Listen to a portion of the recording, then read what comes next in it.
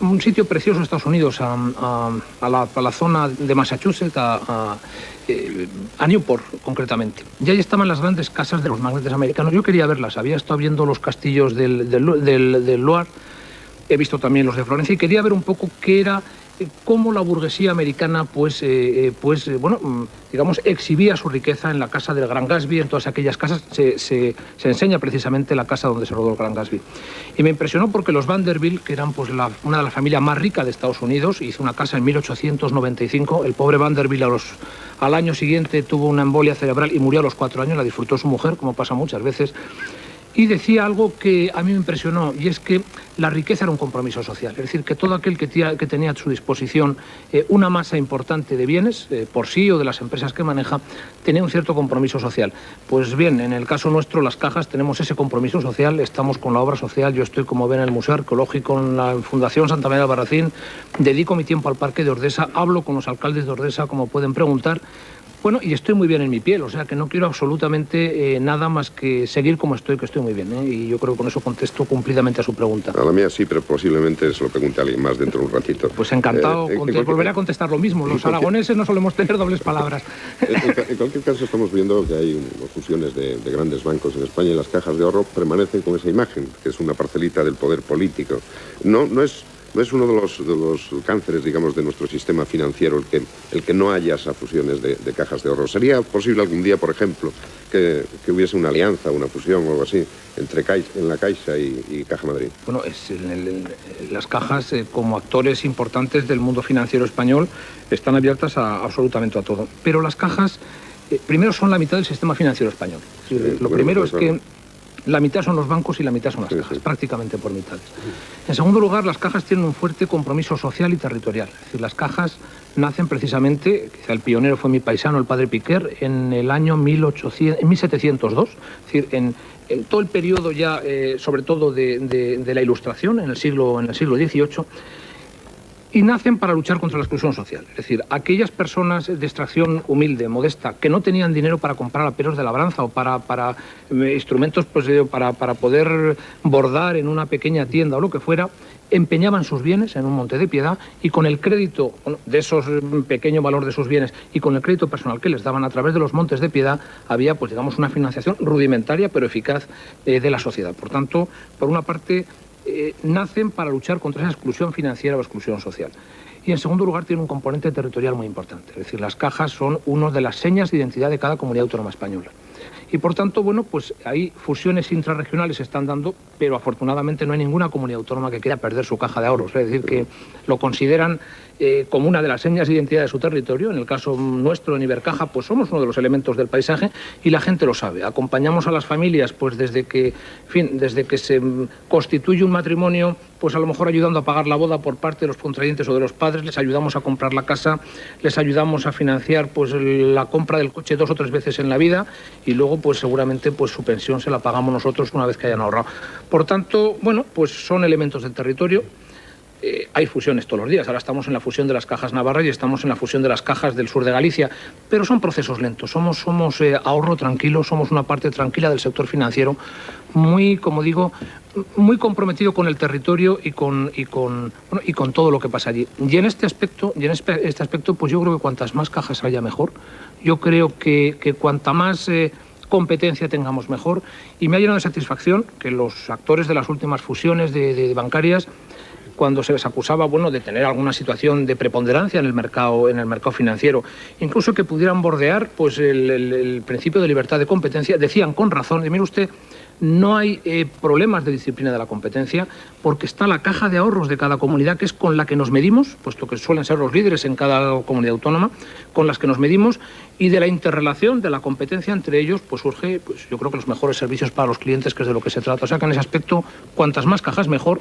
Fusiones habrá, había 80 cajas hace 10 años y ahora estamos algo menos de 50, pero lo que hace falta, pues, es que cumplan su función, que es de lo que se trata. Bien, pues se suman a este diálogo dos líderes de la comunicación, Julio César Iglesias, muy buenos días. Representantes genuinos de la economía digital, porque seguimos contando con los dedos, e inversores de renta muy variable. Juan Charles Barceló. Buenos días. Además, nos sobran dedos de la mano. Eso te digo. Don Manuel, Luego, presidente de todo, salvo de Telefónica. Exacto. Después de lo que has dicho, ¿no? Sí, sí. Hablo del mundo Ustedes económico sigan ustedes y financiero. Claro, bueno, deduzco de lo que dices. Se le puede preguntar casi de cualquier cosa que haga referencia pues al lo mundo que quiera. económico y laboral. A lo que Luego. quiera. Sí, sí. Así, por ejemplo... También al medio ambiente y también... Evidentemente. En fin. Por ejemplo, en lo que se refiere al paro, uno de nuestros problemas, usted ha parafraseado a John Fitzgerald Kennedy, se lo digo por su presencia reciente en Massachusetts, empiezo por ahí por eso, y ha dicho que en vez de preguntarnos qué puede hacer el Estado por nosotros, debemos preguntarnos qué podemos hacer nosotros por la sociedad en lo que a desempleo se refiere. Así es. Bueno, y entonces yo ya le pregunto qué podemos hacer, Juancho, además Marcelo, y un servidor de usted, No por por ejemplo, de nosotros, Mariñas sino no por hablo. ella. Exactamente. ¿De qué nos está hablando cuando dice eso? Supongo que se refiere, claro, al autoempleo o a otras formas de promoción del empleo, pero entiéndame, no entendemos nosotros, no vemos nosotros, no nos sentimos capacitados para crear empleo como no sea con alguna idea que usted nos dé.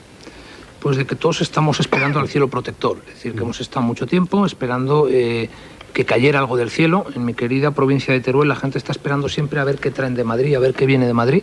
Y resulta, y les pongo el ejemplo claro, por ejemplo, y valga la redundancia, Teruel está en medio de la España que crece. Es una provincia despoblada. Hace poco veía, pues en alguna de las comarcas, se está comarcalizando en este momento. Hay alguna comarca como el Maestrazgo con 800... Se puede hacer publicidad en Radio Televisión Española de la tierra propia, ¿eh? A No, condición en de que este sea caso, patria chica. En este caso es un ejemplo de lo que no ha ido bien hasta ahora. Pero les sigo con el ejemplo. 864 kilómetros cuadrados, a 1 hora de Valencia, 2.600 habitantes. 2.600 habitantes. Y están esperando el cielo protector, están esperando la PAC, están esperando las subvenciones, están esperando que venga algo del cielo, y resulta que alrededor tienen Valencia, 5 millones, 4 millones de habitantes, 5 millones. Cataluña, 6 millones de habitantes. Madrid, 5 millones de habitantes. País Vasco, 2, 3 millones de habitantes. Aragón, 1 millón de habitantes. Y resulta que tienen medio ambiente no contaminado, una arquitectura preciosa, bueno, y un territorio que se puede vender y que se puede poner en valor.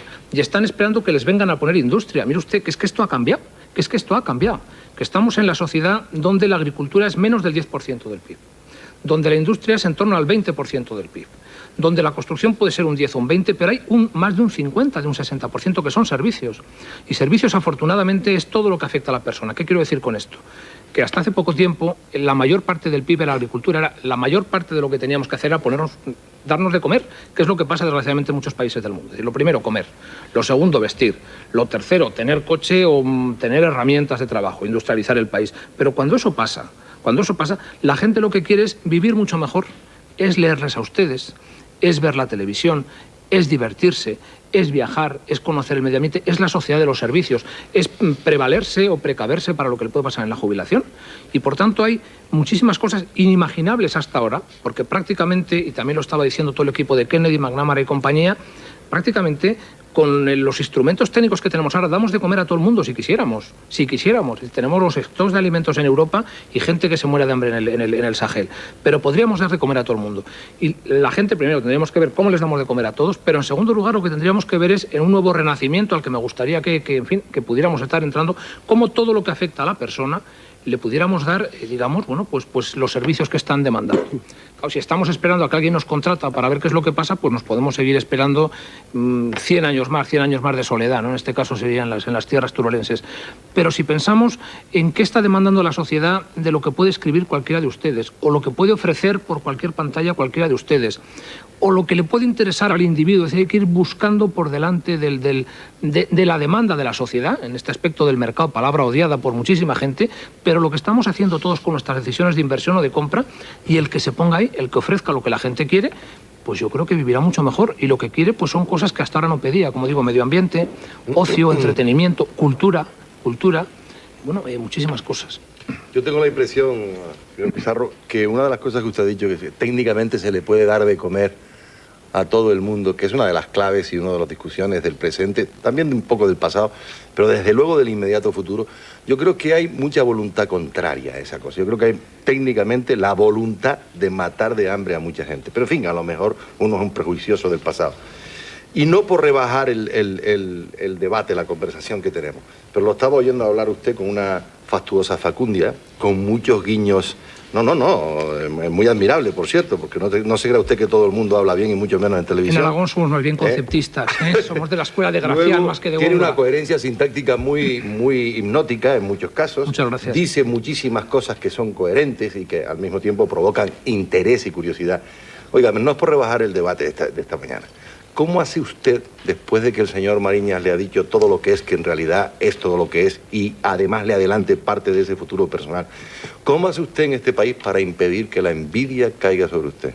Porque a mí me maravilla, sí, porque Pues me lo hago perdonar todos los días, me lo hago perdonar ¿Cómo? todos los días. Pues me lo hago perdonar todos los días. Procuro no hacer daño a nadie y procuro hacer mi trabajo, y además voy ligero de equipaje, o sea que a mí no me cuesta nada irme a disfrutar de mi familia y de mi perro y de mis tierras turolenses en medio segundo.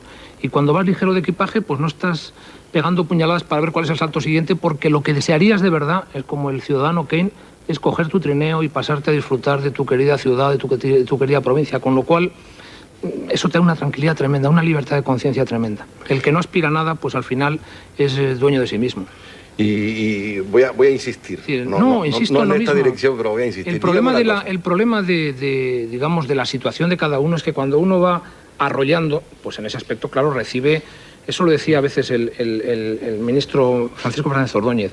Decía que en la política o en la vida es como la máquina quitanieves. Uno empieza muy rápido a funcionar, pero hay un momento donde tienes una gran cantidad de nieve que te impide progresar. Cuando no quieres ir como una quitanieves, sino que estás en tu sitio y no quieres ir abriendo en ese aspecto, sino que haces tu trabajo tranquilo, pues hombre, puede haber gente que se moleste por tu una presencia, pero no vas agrediendo a nadie, no es mi estilo. Dígame una cosa para situarnos, es decir, para situar a la audiencia también, porque hay una jerga, no sé si vale la pena llamarla así, pero sí, jerga tampoco es... Es una palabra española muy precisa. Hay una jerga interior, una jerga laberíntica incluso, una especie de código verbal en todo el ámbito económico que llama constantemente a confusión y por lo menos a incomprensión en la regla general de la gente sobre lo que es el mundo económico. Yo le hago una pregunta muy clara que va a entender todo el mundo. ¿En realidad España ya es un país rico? ¿Somos ricos o nos creemos ricos? ¿Estamos dentro de ese territorio que se supone que efectivamente ha salido de esa pobreza que forma parte de nuestra genética histórica, por otro lado? ¿Somos ricos realmente? Pues, ¿O nos consideran así desde fuera? ¿Con quién me compara? Claro, eso ¿Con es Nicaragua Einstein, o con Estados Unidos? Claro. No, en nosotros mismos. Es Hombre, que, la comparación, es que la claro. riqueza es relativa, la riqueza es un concepto relativo. Si nos comparamos con Estados Unidos, somos paupérrimos. Estamos años luz. Si nos comparamos con la antigua Unión Soviética, riquísimos, estamos con un PIB por encima de ellos. Si nos comparamos con Europa, estamos al 80% todavía de la media de la renta per cápita, que sería el 100%. Bueno, depende. Y dentro de España hay paraísos que están por encima. Por ejemplo, Baleares está, digo paraísos entre comillas, respecto a otra parte de España, como las Urdes, o como, en fin, como cualquier zona donde la renta per cápita pues está muy por debajo de lo que es la media europea. Yo creo que estamos bien, Y digo bien, a ver cómo me explico. Lo he comentado siempre con gente interesada por estos temas. Yo creo que por primera vez en mucho tiempo España retoma algo que dejó hace mucho tiempo, y me explicaré. En el siglo XVIII, del que hablábamos hace un momento, España era una potencia que estaba bien consigo misma. Es decir, en la Ilustración, siglo denostado, parece que no es el siglo XVII, el siglo de oro, y que no es pues el siglo de la gloria, el siglo XVI. Incluso en términos de convivencia. No, a eso me refiero. En el siglo XVIII no hay ninguna fractura en España. Uno se lee los diarios de Jovellanos, yo los he leído recientemente, y Jovellanos viaja por el País Vasco sin que en sus diarios atisbe el menor problema. Es decir, que lo reciben en cualquier sitio, duerme en cualquier... Es decir, pasa por las fábricas de armas y por las acerías de ahí, y no se denota absolutamente. Es una sociedad completamente cohesionada, a pesar de que había habido una guerra civil un siglo antes, la Guerra de Sucesión, pero no se atisba absolutamente ninguna fractura. La corona lidera absolutamente los movimientos innovadores. Hay unos políticos estupendos que yo creo que no se repiten en la historia de España. Ya hablo del Conde Aranda, hablo de Floridablanca, hablo de Campomanes, hablo de toda Ilustración, a los que siguen prácticamente la sociedad, sectores que tendemos o que nos quiere hacer ver posteriormente el siglo XIX como retardatarios, como la Iglesia, se lee unos javellanos y lo acogen cuando va por sus viajes en los conventos y en los monasterios, habla perfectamente de lo que se piensa por parte de la Iglesia y está toda España volcada hacia el exterior, saliendo de sí misma y con una convivencia aceptable. Hay una fractura en la guerra de la independencia y España se parte en dos. Las dos Españas aparecen en la guerra de la independencia. Y aparecen carlistas por un lado, conservadores y liberales por otro. Están las guerras carlistas y la última gran guerra carlista, que es la guerra civil. Bueno, porque España está fuera de Europa, está fuera de los movimientos europeos, concentrada sobre sí misma, perdiendo sus colonias y con un finisecularismo tremendo en el 98. Bueno, por primera vez en mucho tiempo España se engancha a Europa otra vez, en el año 85, por primera vez desde el principio. Este año estamos en el euro y España lo que tiene es una posibilidad tremenda de mirar hacia adelante, de meterse en un mercado de 300 millones de personas, con un PIB muy superior, con un anclaje americano que para sí lo quisieran otras potencias, en fin, no quiero dar nombres, pero potencias pues que lo han sido y cuyos dominios pues o sus viejas colonias están hechas polvos. Don Manuel, Entonces, perdón. Entonces, ¿qué es lo que quiero decir? España está en una posición estupenda para dar un salto adelante. Si no malogramos los españoles, es decir, lo peor son, en vez de mirar lo que puedes hacer fuera, dedicarte a ver el vecino, a ver si el otro, en fin, como en el ciego del lacerillo, come de 2 en 2 y tú quieres comer de 3 en 3.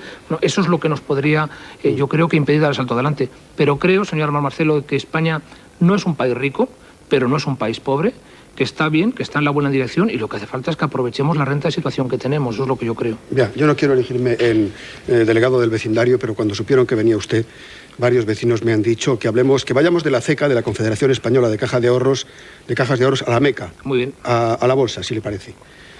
El común de la gente tiene la sensación de que jugar en bolsa es como ir al bingo. Es decir, que uno va... le digo en serio, la sensación de que todo está en manos del azar.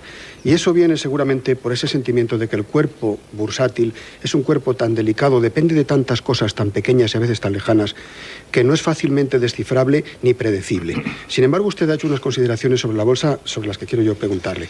Dice usted que quien tiene paciencia en bolsa gana. Siempre. Siempre. Segundo, que es conveniente elegir las buenas empresas. Eso es una regla de prudencia, lo que hay un ordenado comerciante, como dice el Código de Comercio. Claro. Un buen padre de familia, y por tanto, del Código Civil. Como se dice en argot taurino, las prisas son solo buenas para los ladrones y para los malos toreros. Supongo. Bueno, pues piense usted en cualquiera que quiera animarse a través de las noticias o a partir de las noticias oídas estos días a invertir en bolsa. Dígame cuál es el prontuario del inversor novato en bolsa. ¿A qué reglas debe atenerse para no meter la pata? Pues lo primero que quiera no jugar en bolsa, sino invertir en bolsa. Esa es la primera reflexión. Si quieren jugar, pues yo les animo a ir al casino o a ir al bingo y a lo mejor lo hacen mejor. Si lo que quieren es venir hoy a la bolsa, comprar algo que vendan mañana y que ganen algo, puede pasar, pasa todos los días, pero eso ya es otra puerta. Es decir, ese señor igual que gana puede perder y por tanto lo que tiene que saber es a lo que va, porque en bolsa igual que se gana se pierde. Entonces lo primero que diría es que sepa dónde va, que lo que quiere es decir, mire usted, tengo unos ahorros, quiero comprometerme, ya no hablo de comprometerme con el futuro de sociedades, quiero rentabilizar ahorro. Y la primera reflexión es ahorro o gasto, esa es la primera reflexión. Es decir, lo primero es, creo que esto va a ir mejor, creo que mi país va a ir mejor, creo que me va a ir mejor a mí con mi país y por tanto no me lo gasto y ahorro, la primera reflexión. Hemos ahorrado porque creemos que puede ir mejor. Segundo, ¿lo llevo a la bolsa o a la renta fija? Lo que dicen las series históricas es que en periodos largos la bolsa es mucho más rentable que la renta fija. Segunda cuestión, es decir, ya no voy a renta fija, sino que voy a bolsa. Tercero, en bolsa, hablamos del dinero que a uno le sobra. Es decir, yo no recomiendo a nadie que se apalanquen, es decir, que con lo que... Mire usted, es que tengo un dinero que lo voy a tener un mes libre y lo voy a meter en bolsa, voy a ganar y al mes que viene, mire usted, puede ser, pero tenga cuidado porque a lo mejor usted cuando necesita vender es cuando debe vender es justo cuando pierde. Porque en bolsa solo se pierde cuando se vende. Uno, si no tiene prisa por vender y ya escogido, selecciona muy bien su valor, pues al final recuperará lo que sea. Entonces, primero, ahorra. Segundo, viene a la bolsa a comprar acciones de sociedades, que es lo que se compra, es decir, que uno se compromete con la marcha de una sociedad, dinero que no necesite inmediatamente, es decir, que en un periodo de tiempo que más o menos sea lo que prevea su inversión, que no lo va a necesitar. Y en tercer lugar, que seleccione muy bien los valores, es decir, que en bolsa tenemos desde valores súper tranquilos, me refiero a autopistas, la autopista está ahí, pasan vehículos, salvo que hay una catástrofe, un terremoto, que puede pasar. La bolsa lo bueno que tiene es que influye absolutamente todo lo que pasa en todo el mundo. O sea, influyen, cómo no, terremotos, huracanes, sequías, absolutamente todo influye en la bolsa. Como no podía ser menos. Le digo, bueno, ¿cómo influye las sequías? Pues en cuanto tengamos sequía, por ejemplo, como ha pasado en Chile hace poco a las empresas que están allí, las eléctricas, la energía ya es hidráulica y no se produce energía. Tienen que comprar, tienen que estar quemando carbón o quemando gas. Entonces tenemos, salvo imprevistos, autopistas por donde pasan vehículos, donde hay una renta, donde se da una rentabilidad por dividendo a lo mejor del 4%, cuando las otras están al 3%. Bueno, pues ahí tenemos un valor tranquilo. Dicen, no, mire, usted, es que quiero arriesgar un poquito más, pues se puede pasar a otro sector, hombre, que esté un poquito mejor, es decir, un poco más rabioso. A lo mejor las eléctricas en ese aspecto que están diversificando y se están metiendo ya en cuestiones de media, en digitales, bueno, pues por ahí. O un poquito más, pues a lo mejor la banca. O quiero un valor cíclico, es decir, que quiero un valor que como yo pienso que el ciclo va a seguir subiendo, pienso que España pues va a seguir creciendo al 3,7, quiero que se amplifique el ciclo y que gane mucho más cuando el ciclo vaya para arriba, sabiendo que cuando el ciclo se da la vuelta pierden mucho más también. No, eso lo puedo hacer. O puedo, y supongo que es donde ustedes quieren llegar, apostar por lo que llaman por ahí las high-techs, las altas tecnologías que no están dando resultados, no están dando beneficios en 3 o 4 años, pero creemos que eso va a ser el boom tremendo dentro de 5 y yo quiero comprar ahora porque sé que eso dentro de 5, o pienso que eso dentro de 5 años va a valer mucho más. Caso de Terra en España, o caso de Amazon, de Yahoo en Estados Unidos, o de todas estas. Mire usted, lo único que se pide ahí es transparencia, que sepa usted dónde se meta. Ahí está el folleto, ahí está la Comisión del Mercado de Valores exigiendo que la gente publique lo que quiere hacer, quiénes son los que están, qué compromiso tienen, cómo está el balance, qué piensan hacer en los años que vienen. Bueno, y si un señor quiere acompañar absolutamente eso con lo que va a hacer, yo encantado. Y permítanme también, yo sé que al señor Armand Marcelo le gusta mucho toda la aventura americana, puesto que lo leo en sus libros. Si se lee uno la obra de Carande, cada expedición americana, yo estoy visitando hace poco Trujillo y me maravillaba allí, de gente que salía sin un duro, cada aventura americana había un señor, un banquero que ponía su dinero y que arriesgaba su dinero con cada conquistador. Es decir, iba un banquero, el caso más típico es Colón. Es decir, Colón busca a un banquero aragonés de Teruel por Maseñas, los Santángel, dice, mire usted, ponga usted su dinero que voy a conquistar las Indias, se suponía, o voy a descubrir las Indias. Van al rey, piden unas capitulaciones, es decir, una carta que les permite descubrir, o salir, o aventurarse. Bueno, y hay un señor que está poniendo su dinero que a lo mejor lo pierde entero. Bueno, los nuevos caminos, los nuevos descubrimientos hoy son las nuevas tecnologías. Si hay gente que sabiendo dónde pone su dinero, quiere poner su dinero con Colón para ver si descubre lo que está pasando, mire usted, está en su derecho, pero que sepa dónde lo pone, que sepa que puede haber piratas, que puede haber tiempo contrario, que puede haber enemigos, que puede no llegar. No, mire usted, es que sin ese alias y sin esa decisión y sin ese compromiso de gente que tiene dinero, que somos todos nosotros, la verdad es que no habría habido ni conquista de América, ni descubrimientos y absolutamente nada. Se supone, perdón, María, un momentito, se supone, porque en las palabras del señor Pizarro siempre está subyaciendo ahora, pues un detalle o un factor que yo me atrevería a decir que incluso, dado los tiempos que corres, es un detalle ético, un factor moral, el ahorro. Oiga, aquí durante 20 años, más o menos, o 18, vamos a no ser exagerados, clases dirigentes y sobre todo clase política, lo único que nos han dicho a unos y a otros es, venga, que ahorro y economía son la mejor lotería. Dense prisa, no, al revés, dense prisa, enriquezcanse, que esto se va a poco menos que acabar. Y hay datos muy recientes, señor Pizarro, que hacen sospechar que eso continúa. Por ejemplo, esto de la stock option de Telefónica, vamos, a mi entender, si yo fuera dirigente político, que no lo soy, hubiera dado la sugerencia de que hubieran esperado 7 u 8 meses y no hubiera estado armado el escándalo que está. Pero eso es otro López. Pero ahora resulta que usted y algunos dirigentes más, no políticos por el momento... Yo no soy dirigente. Clase dirigente sí lo es, incluso lo somos nosotros, nos lo creemos, imagínense. Muchas gracias. En ese aspecto, si lo son ustedes, compartimos. Mire, ¿por qué ahora el ahorro? Ojalá el ahorro sea una de las claves. Ahora lo acabo de oír del presidente Aznar también, hace 48 horas en Europa, diciendo, el ahorro. Hace como 15 o 16 años, de verdad que yo no había oído hablar del ahorro como un factor social de coherencia económica en España. ¿Por qué ahora el ahorro? Primero, yo siempre he predicado lo mismo, como dirigente. Gracias por considerarme dirigente. Gracias por considerarnos dirigentes a los otros dos. Ya nos dirá luego de qué. siempre he pensado de la mera observancia, es decir, hay una contrastación empírica, y es que todo este mundo que nos circunda, al final las grandes multinacionales son propiedad de muchos ahorradores. Es decir, el ahorro es la gran materia prima del siglo en el que estamos ya prácticamente. Es decir, las grandes materias primas, pues digamos en la época romana, ahí estaba la Hispania romana, pues eran el tener cereales, era tener aceite. Ahí estaba esa gran montaña que se ha formado en Roma con las ánforas de la Hispania romana, eran los metales preciosos. Después se pasa a la energía. Ahí está la gran crisis de la energía del año 73, cuando la energía se evidencia que es escasa. En la crisis del Yom Kippur, en la guerra del 73, y se evidencia que hay un factor energético que, digamos, que estrangula al mundo. Gracias a eso, en estos 26 años que han pasado, hemos buscado energías alternativas y hemos buscado no depender del petróleo. El gran factor de lo que viene es el ahorro. Es el ahorro. Es decir, lo que estamos deseando cualquier pequeño municipio, lo que estamos deseando cualquier pequeño o gran país, es que venga ahorro por los circuitos, bueno, y que con ello podamos, digamos, obtener beneficios, que será la medida de que estamos haciendo las cosas bien. La mitad de la inversión en la bolsa española es ahorro extranjero, la mitad. Las grandes multinacionales americanas, que son las dueñas del mundo, en una gran parte son propiedad de las viudas escocesas o de jubilados de cualquier empresa eléctrica americana que se están ahorrando durante toda su vida para tener una buena jubilación, o de mucha gente que cree, como digo, que le va a ser mucho más útil en vez de gastar, ahorrar. Y por tanto los capitales, el ahorro, los capitales están mal vistos, pero al final el ahorro es... digamos, es la actividad o la actitud dinámica, y el capital es el factor, como dicen, fondo, es decir, es la cuantificación, el resumen de todo ello. Pero cualquier país que tenga capitales, cualquier país que haya ahorrado, porque los capitales salen del ahorro, aparte de que luego se puedan producir muchos más como consecuencia de los beneficios empresariales, es un país que tiene primero una soberanía financiera tremenda. Es decir, es un país que es dueño de su destino, que no van a venir desde fuera a comprar lo que sea.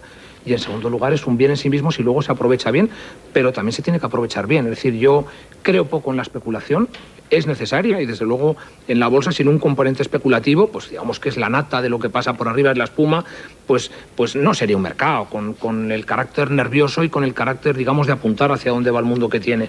Pero la base son siempre pues señoras que guardan un poquito, es decir, que gastan una peseta menos de lo que ganan en su casa, o señores que no se cambian de coche a lo mejor cada 3 o 4 años, sino cada 7, y por tanto pues ahorran un poquito y están pues bueno, pues preparando su futuro y el de su propia familia. En ese ahorro creo, y desde luego en ese ahorro es en el que creemos las cajas, tiene que haber de todo. Es decir, que pensar que una sociedad de economía libre, desde luego en la Unión Soviética antigua era imposible que la gente ahorrara, porque el Estado te decía lo que tenías que hacer desde que nacías hasta que te morías. Planificado. Pero en el factor humano, en esa libertad preciosa que bueno, pues que yo creo que es el siglo al que vamos, el siglo no del individuo, que fue el siglo XIX, no del Estado, que ha sido el siglo XX, sino de la sociedad, del hombre en sociedad, en reunión con todos los demás. Pues yo creo que el ahorro es un factor en sí positivo, y lo que hace falta también, y permítame que lo extienda un poco más, es que la libertad tiene que ser responsabilidad. Es decir, que es muy fácil decir, mire usted, ¿dónde meto mi dinero? Yo pongo mi dinero y me despreocupo. O como ¿dónde pongo mi voto cada año y me despreocupo? No. El señor que pone su dinero en una empresa debe ir a la Junta General, tiene que exigir transparencia, absolutamente. La transparencia, lo vemos, y lo he citado anteriormente ya, lo vemos en el Lazarillo. Al final, el ciego que intuye que alguien come de 3 en 3 porque él come de 2 en 2 y no le dicen nada, no ve, pero intuye que algo no sale bien. Bueno, pues ahí tiene que haber una transparencia total. Cuando una empresa entra en bolsa, se produce la exhibición de sus cuentas, la publicación de sus cuentas, y el accionista tiene que ser responsable en las juntas y tiene que exigir lo que sea. Lo que no puede ser es, como hemos visto alguna vez, que gente que va a las juntas generales tranquilamente, que no pide cuentas absolutamente a nadie, cuando luego la empresa mal dice, pero usted, ¿cómo podía pensar yo que esto no iba bien? Oiga usted, que es que usted ha sido condueño de eso, es que usted ha sido propietario de eso y no ha vigilado su propiedad. Y bueno, y yo creo que es un poco el ejercicio de la libertad responsable, como después de elegir a un gobierno, de votar en unas elecciones, no hay que esperar a los 4 años siguientes a ver qué es lo que pasa. Hay que exigir constantemente, tiene que haber una tensión en la sociedad, donde un poco en el sentido de Popper en las sociedades abiertas, cuando hay esa tensión, cuando los unos vigilan a los otros, porque hay transparencia para que eso suceda. En regímenes no democráticos no hay transparencia y por tanto no hay control, o el control es mucho más difícil, el control ya es en la calle y por otras vías, o en la guerrilla como en Centroamérica, pero cuando hay transparencia, cuando hay mecanismos para que actúen, y cuando todo funciona muy bien, entonces se puede exigir. Con problemas me dirán todos, y invado también algo que para mí pues me preocupa mucho, que lo estamos viendo estos días, la justicia. O sea, que estemos viendo ahora procesos, por hechos que pasaron en los años 83-84, es algo que perturba la marcha de un país. Es decir, la justicia tiene que ser rápida, tiene que ser ejemplificadora, es decir, que la gente tiene que ver, bueno, que lo que pasa al momento tiene su sanción o su libertad para lo que sea. Pero los países no pueden estar con un lastre de 15 años atrás. Usted, que es que en el año 83-84 pasaban cosas, por Dios, reaccionen de inmediato. Esto en el año 88 tenía que estar cualquier cosa, juzgado, sancionado o no sancionado, absuelto, lo que sea, y hay que mirar para adelante. Porque todo el que mira para atrás o tiene un lastre que le impide correr, cuando los países van a una velocidad tremenda, nuestros competidores, pues vamos un poco corriendo con un fardo a la espalda, y eso nos impide pues estar en ese gran teatro del mundo, ¿no? Pues hablemos ahora, si le parece... Perdonen que estoy hablando... No, muy bien. Hablemos, si le parece, del estado de bienestar. Usted acaba de decir hace un rato que ve al Estado que hay futuro cada vez menos prestador de servicios. ¿Esto puede significar que vamos hacia el final del Estado, el estado de bienestar? No, que se no. bienestar? Eso, una razón, y otra, va muy unido lo que le voy a preguntar. Porque los políticos en campaña electoral, ya lo ve usted, dicen que las pensiones del futuro están garantizadas, no solo las presentes, sino también las del futuro. ¿Qué piensan de esto los economistas? ¿Están garantizadas la financiación de las pensiones? Pues vamos a ver, en cuanto al Estado prestador, yo ahí coincido completamente con la tercera vía de Blair y de nuestro presidente Aznar, y un poco esa vía donde se dice, mire usted, el Estado tiene no que remar, sino que dirigir. Es decir, si el Estado rema es muy difícil que dirija. Porque si uno está con los remos, pues hombre, como no hay alguien detrás que le diga dónde tiene que ir, pues es difícil remar y acompasar, y es como el director de orquesta que además de dirigir toca el violín y al mismo tiempo luego, no, mire usted, cada uno tiene que tener su propio sitio. Cuando el estadio de una economía es rudimentaria, es decir, cuando en España no hay automóviles, pues entonces el Estado tiene que montar SEAT o tiene que montar Pegaso, porque es que si no, no hay nadie que, en fin, salvo algún empresario como don Eduardo Barreiros, que se atreva pues a lanzar al mercado cosas que no hay.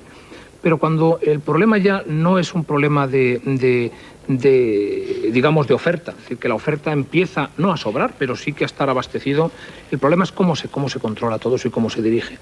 Y el Estado, si presta, es muy difícil que dirija, es decir, que es muy difícil que alguien se pueda juzgar a sí mismo. Al final tienes que juzgar a los demás, tienes que controlar a los demás, tienes que dirigir a los demás, tiene que haber una división de funciones.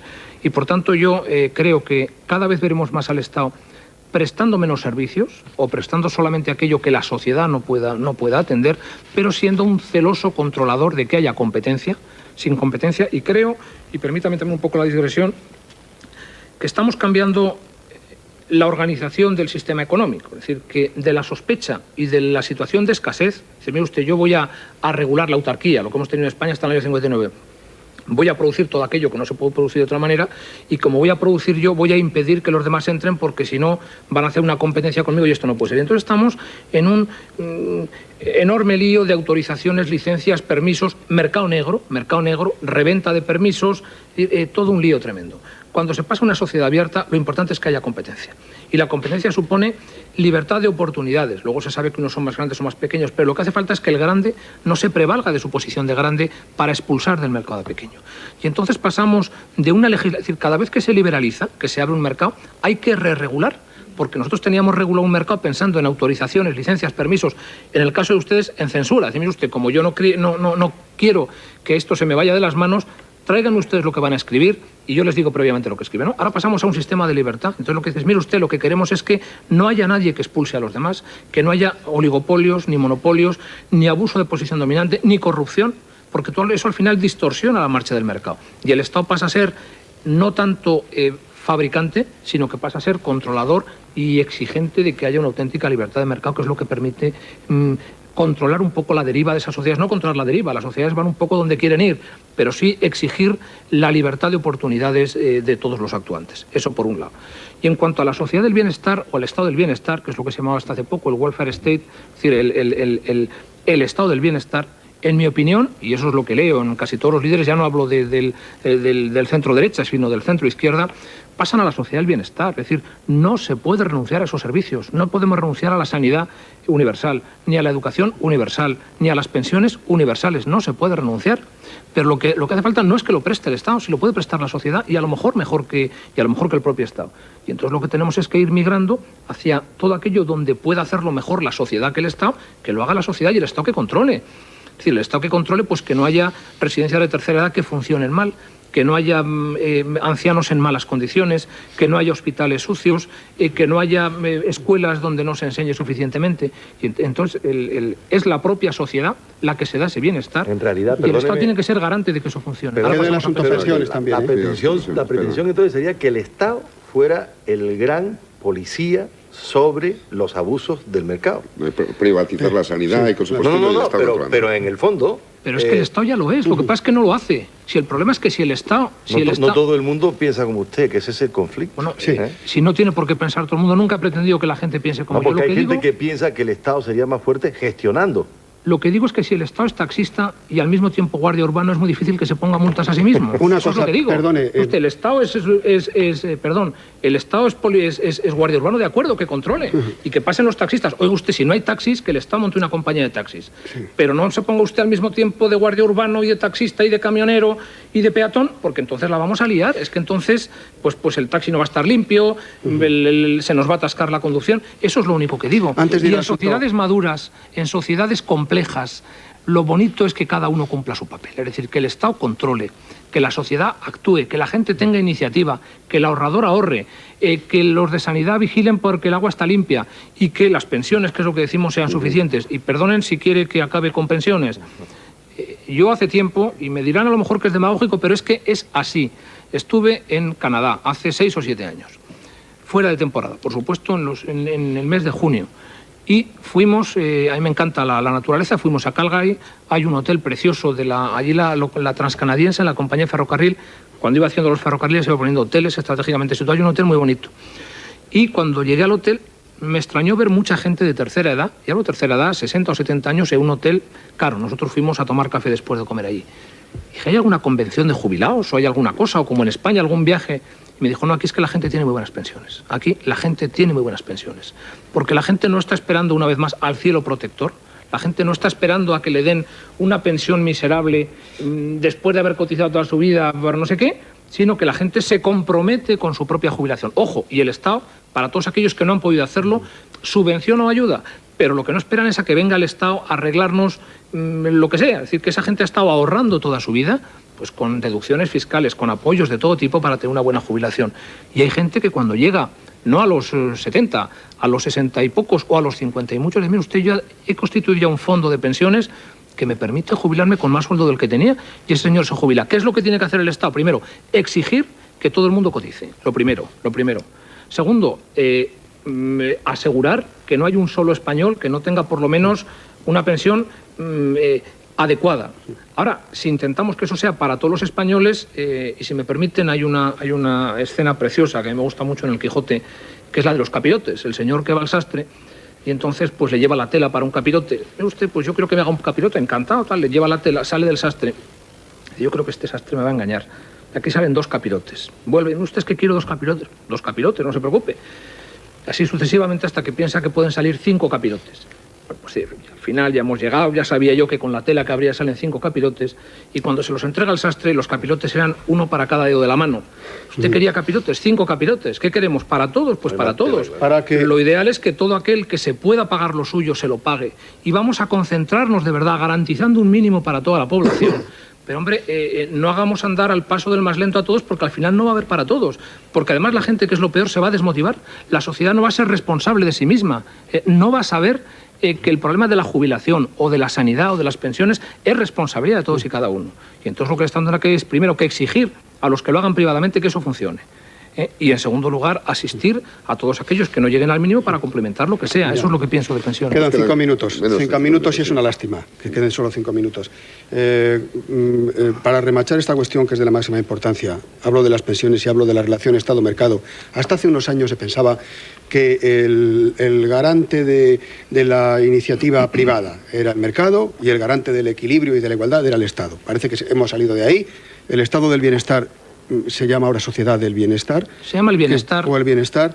Bien, de todas maneras, usted mismo ha dicho que son necesarios los mecanismos de control, que son el famoso palo del ciego, que usted decía. Claro que sí. El del sagacísimo ciego. Más. Pero que funcione, ¿eh? Que funcione. Eso iba a decirle. Bueno, ¿cuáles son los garantes de la solidaridad actualmente? Si dejamos todo en manos del mercado. Porque la tendencia actual es que el mercado prepondere ahí. Bueno, pues, ¿qué garantías puede tener el señor que precise de una residencia para sus últimos años de vida, de que la residencia sea buena, si todo está en manos del mercado y no hay unos mecanismos de solidaridad, hombre, vigilados, digamos, desde arriba. ¿Cuáles deben ser los controles? ¿A qué controles se refiere, es que yo no creo que el Estado tenga que abandonar absolutamente todo. Lo que digo es que tiene que haber, como en todo, o sea, no creo en los maximalismos, no creo en el Estado rabioso y no creo en el Estado rabioso. Es decir, yo no creo que esto al final, muerto el perro, se acabó la rabia. Le digo usted, pues entonces la vieja Unión Soviética y que el Estado organice todo. Yo creo que nadie está de acuerdo con eso. Como nadie está de acuerdo que el Estado diga, mire usted, la gente que haga lo que quiera y el que quiera, pues que tenga obligación y el que no, que se vaya a la calle, que es la sociedad dickensiana del siglo XIX. Yo creo que hay término medio. El Estado dice, oiga usted, quiero que haya pensiones. Y quiero que la pensión mínima sea el salario mínimo. Eso es lo que tendría que decir el Estado. Lo que pasa es que ahora no podemos, por lo que he explicado anteriormente. Pero eso tiene que decir usted, yo quiero que todo el mundo trabaje primero. La primera oportunidad es que la gente tenga trabajo. Si la gente no tiene trabajo, es ya el primer problema. Es el que no tiene trabajo no gana y no puede ahorrar. La primera, esa es la primera. ¿No? Y la segunda es decir usted, y además con todo eso, el que pueda, por favor, que tenga en cuenta que yo solo voy a garantizar un mínimo, porque no puedo garantizar más para los 40 millones de españoles, más los que vengan de fuera. O sea, que el problema que se empieza a plantear es que tú no puedes tener una sociedad dual, no puedes tener, como empezaba a pasar en Estados Unidos, los célebres chicanos, los que vienen del sur de Río Grande, los espaldas mojadas, sin protección de ningún tipo. Aquí serían los magrebíes o los iberoamericanos o lo que sea, y los demás muy protegiditos. Bueno, eso es una bomba, Entonces tiene que decir, mire usted, yo voy a exigir que haya un sistema de bienestar, con los estándares a los que podamos llegar, Y al que no pueda llegar a eso, yo se lo complemento. Pero al que no puede llegar a eso, ahora lo que tienes es que avisar a la sociedad de lo que viene. Y digo lo mismo en educación, y digo lo mismo en sanidad, O sea, que el Estado sí que tiene que exigir que lo haya. Lo que digo es que no tiene por qué prestarlo directamente, sino que si lo presta alguien más, pues ¿por qué no? Ahí, en fin, no me gustaría introducir un debate más, pero según tengo entendido, el coste de la cama, por ejemplo, en la seguridad social es un 50% más caro que en la sanidad privada. No defiendo una y otra. Lo que digo es que hay un hecho ahí. Y digo otro hecho más, en el caso de las pensiones, y les doy el caso concreto. En España hay en torno a varía todos los días, casi 30 billones de fondos de inversión. Todos los tenemos, fondos, renta fija, variable, internacional, con derivados, sin derivados. Se saca absolutamente todos los días la valoración, y cada uno puede cada día ir a su banco, caja de ahorros, mirar lo que sea, sacarlo, hacer lo que sea. Y lo mismo digo con pensiones. Eso lo manejarán en todo el sistema financiero del orden 3.000, 4.000 personas. No creo que lleguen. Vamos a pasar a las pensiones, como las manejamos. Las pensiones son 10 billones, es decir, entre la tercera parte de lo que estamos hablando. Pensiones que no hay más que hacer que el primer día del año, calcular la pensión, o el día que se jubila uno, y pagar por 12avas partes hasta el final del año. Bueno, cuando uno se va a jubilar, ya empezamos porque no te pagan al día siguiente, sino que te tienen que empezar a calcular no sé qué y te pega 6 meses sin cobrar. Bueno, y luego todo ese conglomerado, que estamos hablando de 9 billones... entre 8 y 9 billones para pensionistas de la Seguridad Social y 1 billón para los funcionarios, lo están manejando en torno a 30.000 o 40.000 personas. 10 veces más. No, mire usted, si ese dinero lo dedicáramos a mejorar las pensiones, yo creo que los pensionistas lo agradecerían. Pues bueno, no me puede preguntarle por un tal Nikkei, que se habla mucho. Ni por sus si ha sido usted importante para el acuerdo PP Convergencia y Unión. No, eso ya le puedo decir que no. Bueno, dice que no. De la pacificación del País Vasco. Una respuesta rápida. Tenemos que terminar ya. Don Manuel Pizarro, presidente de Ibercaja y de la Confederación Española de Cajas de Ahorro y vicepresidente de la Bolsa de Madrid, muchas gracias por haber estado aquí. Y muchas gracias, buenos días. El resto de porque nos pasaría. El resto es lo más importante, muchas gracias. Julio César. Muy buenos días, don Manuel, buenos días. Pancho, buenos días. Muy buenos días. Buenos días. Nosotros volveremos, como siempre, mañana, aquí a las 9, en los desayunos de Radio Televisión Española, su lugar de encuentro. Gracias y hasta mañana.